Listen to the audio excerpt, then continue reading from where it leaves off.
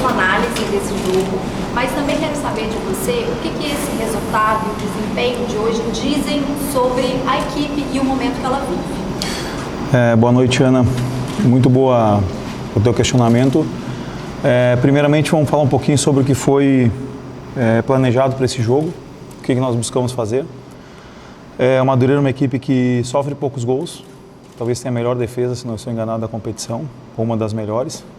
Então nós procuramos criar alguns contextos para conseguir usar as costas, principalmente ali do Marcelo e do Vagninho, né, e também do camiseta número 11. Então a ideia era conseguir usar aquele espaço com o Patrick de Paula, né, para um primeiro ganho de costas. O Newton fazendo uma saída, praticamente uma saída com 3, abrindo um pouquinho para liberar espaço e dificultar os saltos do Wallace, que era o ponta que vinha jogando pela esquerda, na tentativa de conseguir gerar uma vantagem por fora, tanto com o Matheus Ponte quanto com o Lobato, que faziam aquele espaço, ora alternando o Lobato e o Patrick de Paula. Então é uma das situações que nós criamos para atacar. Jogadas de fundo, e principalmente quando o jogo foi se encaminhando para o final, antes inclusive do segundo gol. É um time que defende bem essas jogadas. A nossa ideia, o nosso plano foi trabalhar situações de passe para trás, procurando um contramovimento da defesa, ou se não cruzamentos no intervalo contrário, zagueiro e lateral contrário. Inclusive tivemos uma boa chance com o Alex Telles, que hoje, uma boa parte do primeiro tempo, trabalhamos com ele usando o meio espaço pelo corredor central, justamente porque alguns espaços a equipe do Madureira nos permitia utilizar por ali. Em contrapartida, pelo outro lado, apostamos bastante na relação de 1 para 1 forte que o Yarley tem, né, com a aproximação do Alex ali naquele espaço também, e uma possibilidade também de entrada no lado contrário do Patrick de Paula, ou até mesmo ataque à primeira trave, que foi uma situação muito clara que nós tivemos de gol. Acho que, se eu não me engano, foi o Kaique que finaliza, ele ataca bem essa bola e o Mota fez uma boa defesa. E tínhamos um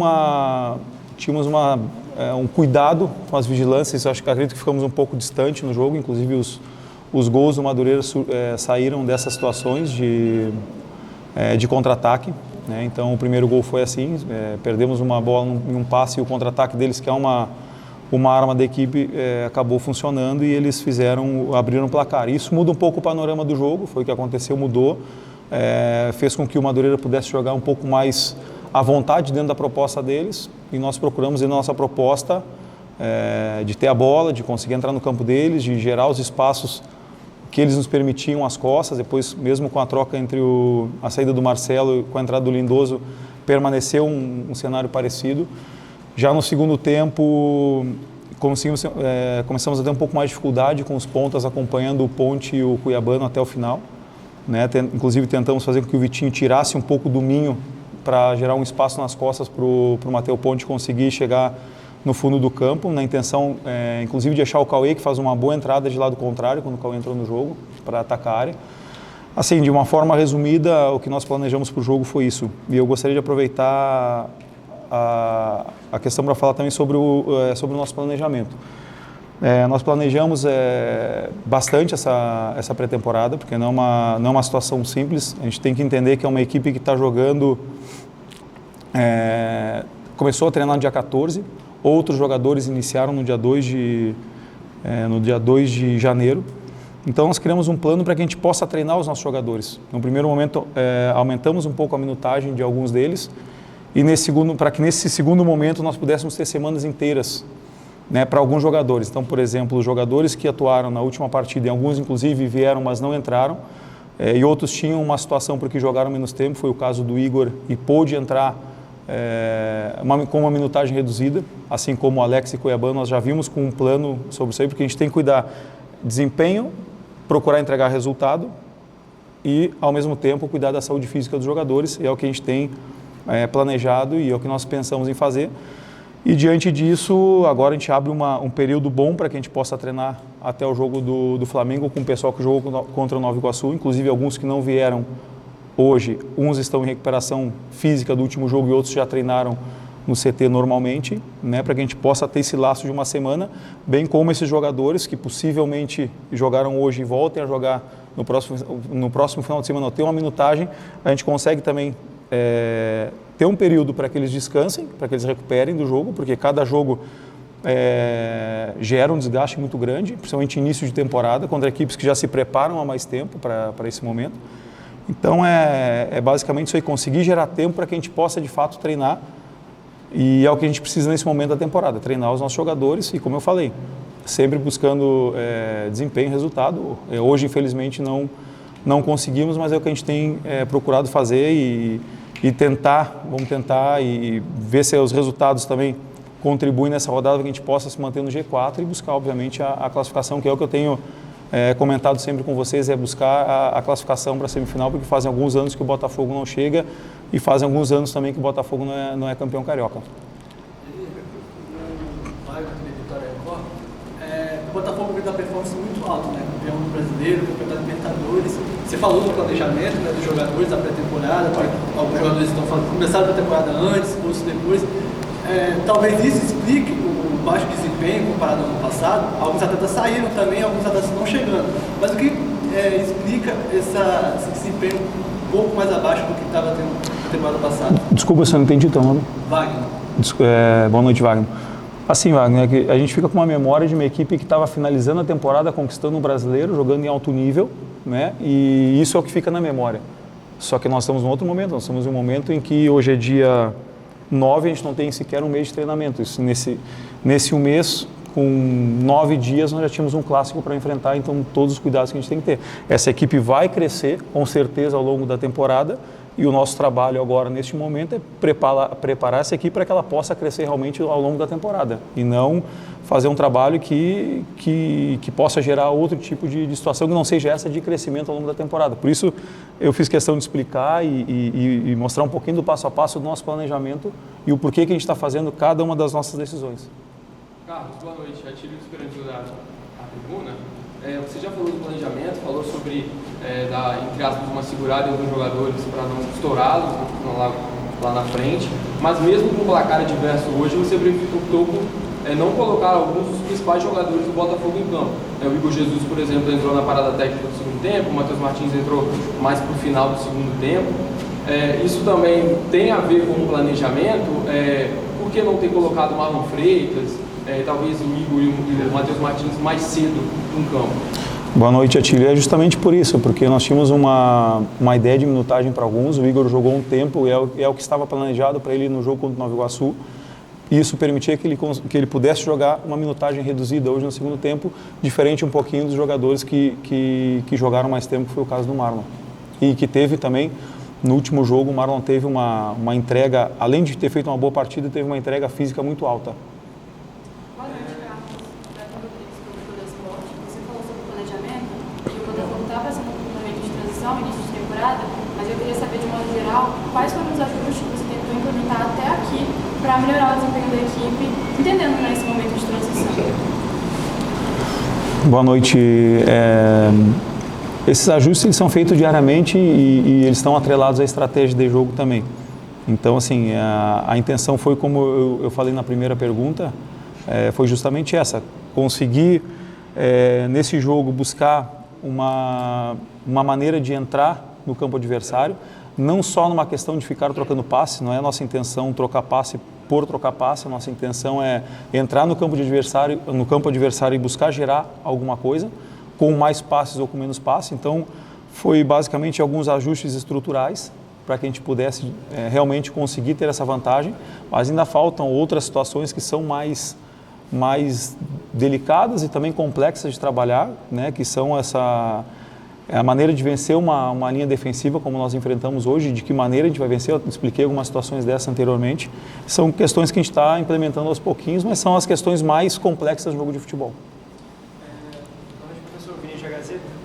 O próximo jogo é contra o Flamengo, no clássico da rivalidade, que repete o que foi a última decisão que você teve esse ano na Supercopa Rei por 3-1. Queria que você falasse um pouquinho sobre sentimento de rivalidade, além da revanche em si do jogo.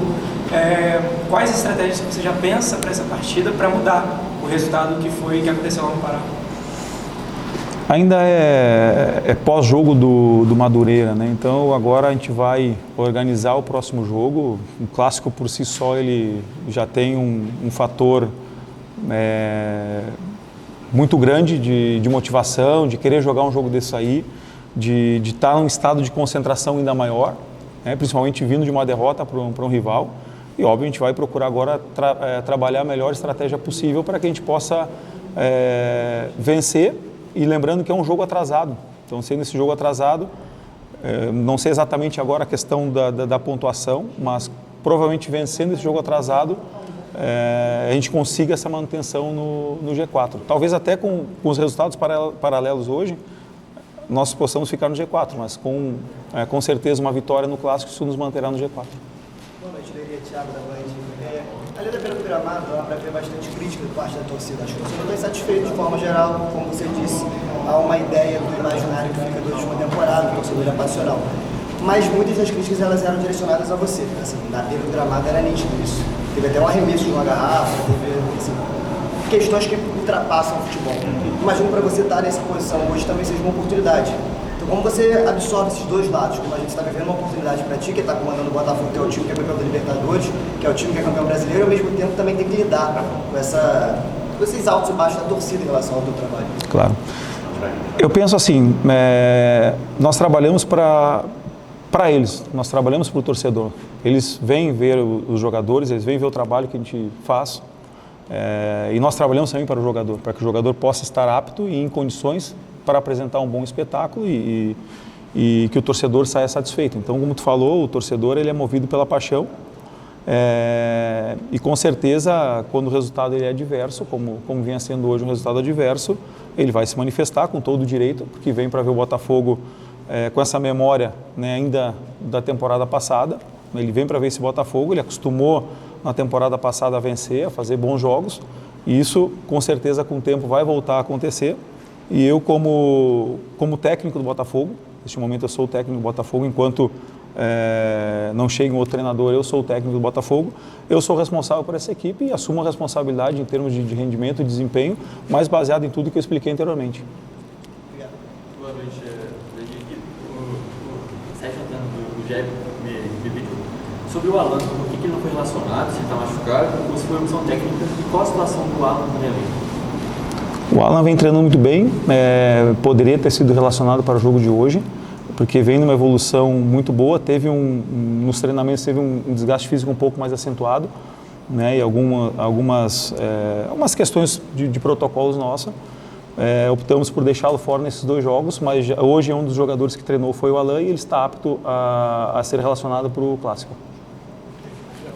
Quero mais uma, por favor. Claro. Como é que você sente que está a questão da obediência tática dessa equipe? Você sente algum tipo de dificuldade na hora de conversar com os jogadores e mesmo ali durante o jogo, passar alguma instrução? Como é que você sente que está isso nesse momento de transição? Tem sido bem positivo, porque é uma equipe madura, uma equipe experiente. O exemplo que eu citei, inclusive, do Alex, hoje jogando uma função mais por dentro, uma possibilidade de chegada ali pelo meio espaço, de atacar, é um exemplo que para mim é muito, muito vivo com relação a isso aí. Então eu vejo que foi seguido o plano que nós traçamos para a partida, nós conseguimos ter condições até quando estávamos em 0 a 0, a gente está perdendo o jogo, nós tivemos algumas situações bem interessantes de ataque que nós havíamos treinado, então eu vejo como positivo. Final de jogo, principalmente pós o segundo gol, é um pouquinho diferente, já entra muito mais a questão competitiva da emoção do jogo, da maneira que o jogador ele vai também tentar resolver. Isso é natural que mais para o final você fica um pouco mais exposto, vai buscar o resultado, e é natural que aconteçam algumas movimentações, algumas situações, mas mesmo assim conseguimos seguir um plano. A gente, no final, na última troca do Matheus, a ideia foi ter ele, o Kaique e o Igor, né, trancando a última linha, e o pedido foi para que o Matheus e o Cuiabano, e uma alternância do Cuiabano com o Matheus Martins, e o pedido para o Matheus Ponte para a gente tentar colocar uma bola rápida nas costas da defesa, porque teríamos 3 jogadores para atacar, mas ainda principalmente o Igor e o Kaique, que fazem bem esse movimento. O Matheus Martins também faz, mas é uma possibilidade de manter o intervalo ou um movimento circular para dentro. E também na tentativa desse passe na frente da defesa, mas realmente tinham muitos jogadores do Madureira. Então, nesse ponto, como eu falei, são jogadores que têm que tem um lastro, uma vivência tática que facilita o trabalho de qualquer treinador. E um outro ponto positivo é a maneira como os jogadores que não jogaram hoje, eles atuaram juntos. Inclusive, alguns tomaram cartão, ou um ou dois, eu não me recordo agora, tomaram cartão porque estavam jogando juntos, mostra que é um grupo muito forte, que é um grupo muito comprometido com os jogadores que estão subindo, comprometido com a comissão técnica. Então, nesse ponto, é mais um ponto para elogiar os nossos jogadores. Obrigado, gente. Obrigado, professor. Obrigado.